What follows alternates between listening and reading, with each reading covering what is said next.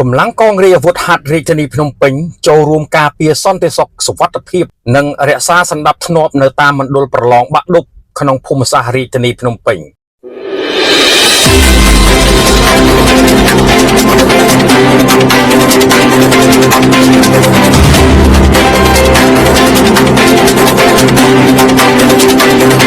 នាថ្ងៃទី10ខែសីហាឆ្នាំ2026ដែលជាថ្ងៃទី1នៃសម័យប្រឡងសញ្ញាបត្រមធ្យមសិក្សាទុតិយភូមិ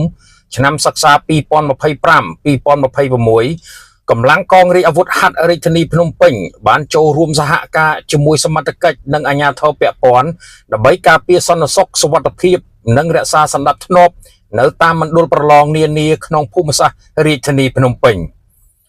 ការចូលរួមនេះមានគោលបំណងធានាឲ្យដំណើរការប្រឡងប្រព្រឹត្តទៅបានរលូនសុវត្ថិភាព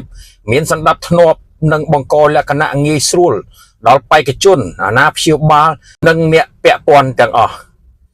សូមជូនពរដល់បេក្ខជនបេក្ខនារីទាំងអស់ទទួលបានជោគជ័យក្នុងការប្រឡងនិងសម្រេចបានលទ្ធផលល្អប្រសើរ